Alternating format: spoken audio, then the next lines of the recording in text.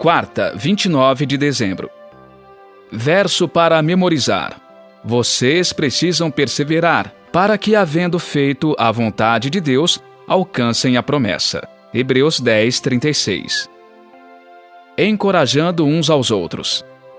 O que o apóstolo aconselhou os leitores a fazer diante da situação que enfrentavam? O que aprendemos com Hebreus?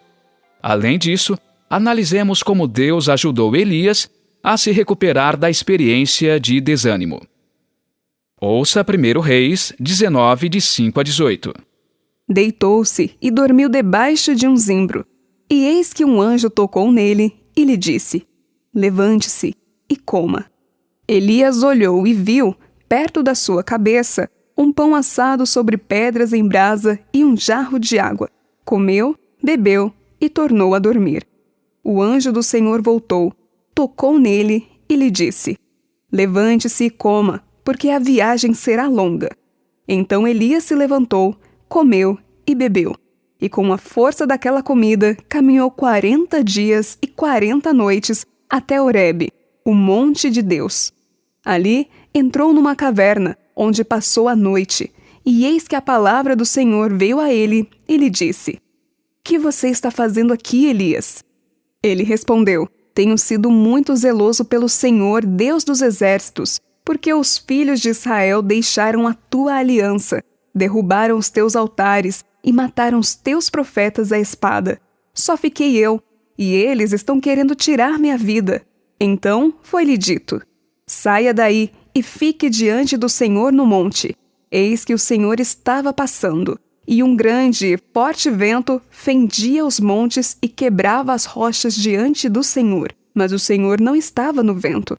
Depois do vento, houve um terremoto, mas o Senhor não estava no terremoto. Depois do terremoto, veio um fogo, mas o Senhor não estava no fogo. E depois do fogo, veio o som de um suave sussurro. Quando Elias ouviu isso, cobriu o rosto com um manto, e saindo, pôs-se à entrada da caverna. Eis que veio uma voz e lhe disse: O que você está fazendo aqui, Elias? Ele respondeu: Tenho sido muito zeloso pelo Senhor, Deus dos exércitos, porque os filhos de Israel deixaram a tua aliança, derrubaram os teus altares e mataram os teus profetas à espada. Só fiquei eu, e eles estão querendo tirar minha vida. Então o Senhor disse a Elias: Vá, volte ao seu caminho para o deserto de Damasco. Chegando lá, unja Azael como rei da Síria. Unja também Jeú, filho de Ninsi, como rei de Israel, e Eliseu, filho de Safate, de Abel-Meolá, como profeta em seu lugar. Quem escapar à espada de Azael, Jeú o matará. Quem escapar à espada de Jeú, Eliseu o matará. Também conservei em Israel 7.000, todos os joelhos que não se dobraram a Baal, e toda a boca que não o beijou. Pergunta 6.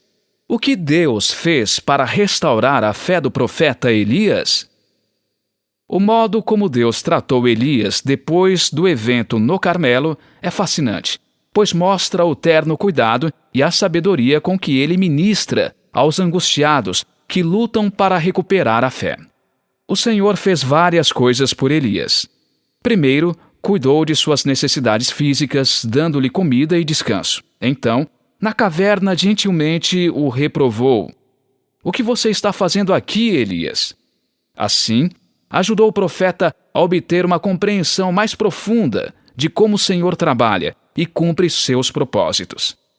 Deus não estava no vento, no terremoto, nem no fogo, mas numa voz mansa e suave. Então, deu a Elias uma obra a fazer e o tranquilizou. Ouça Hebreus 2, 1. Por esta razão, importa que nos apeguemos com mais firmeza às verdades ouvidas, para que delas jamais nos desviemos. Hebreus 3, de 12 a 14. Tenham cuidado, irmãos, para que nenhum de vocês tenha um coração mau e descrente, que se afaste do Deus vivo. Pelo contrário, animem uns aos outros todos os dias, durante o tempo que se chama hoje, a fim de que nenhum de vocês seja endurecido pelo engano do pecado. Porque temos nos tornado participantes de Cristo, se de fato guardamos firme até o fim a confiança que desde o princípio tivemos. Hebreus 5:11 a 6, verso 3. A esse respeito, temos muitas coisas a dizer, coisas difíceis de explicar, porque vocês ficaram com preguiça de ouvir.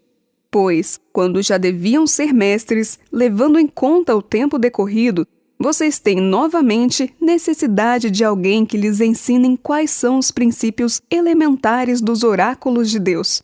Passaram a ter necessidade de leite e não de alimento sólido. Ora, todo aquele que se alimenta de leite é inexperiente na palavra da justiça, porque é criança. Mas o alimento sólido é para os adultos, para aqueles que, pela prática, têm as suas faculdades exercitadas para discernir não somente o bem, mas também o mal. Por isso, deixando os princípios elementares da doutrina de Cristo, avancemos para o que é perfeito, não lançando de novo a base do arrependimento de obras mortas e da fé em Deus, o ensino de batismos e da imposição de mãos, da ressurreição dos mortos e do juízo eterno. Isso faremos, se Deus o permitir. Hebreus 10, 19 a 25. Portanto, meus irmãos, tendo ousadia para entrar no santuário pelo sangue de Jesus, pelo novo e vivo caminho que ele nos abriu por meio do véu, isto é, pela sua carne, e tendo um grande sacerdote sobre a casa de Deus, aproximemo-nos com um coração sincero, em plena certeza de fé, tendo o coração purificado de má consciência e o corpo lavado com água pura. Guardemos firme a confissão da esperança, sem vacilar, pois quem fez a promessa é fiel. Cuidemos também de nos animar uns aos outros no amor e na prática de boas obras. Não deixemos de nos congregar como é costume de alguns. Pelo contrário, façamos admoestações, ainda mais agora que vocês veem que o dia se aproxima. Pergunta 7. O que Paulo sugeriu que os crentes fizessem?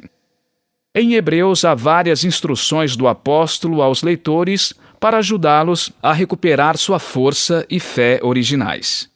Um aspecto que o autor enfatizou é cuidar das necessidades físicas de seus irmãos na fé. Ele sugeriu que praticassem hospitalidade e visitassem os presos, o que implicava prover as suas necessidades. O apóstolo exortou os leitores a ser generosos, lembrando que Deus não os abandonaria. Paulo também os reprovou e encorajou. Ele os advertiu a não se afastarem gradualmente, a não ter um coração mau e descrente, e os encorajou a crescer em sua compreensão da fé. Também comentou sobre a importância da frequência constante às reuniões da igreja. Em resumo, sugeriu que permanecessem unidos, encorajando uns aos outros, estimulando o amor e as boas obras, mas também exaltou Jesus e seu ministério no santuário celestial em favor deles.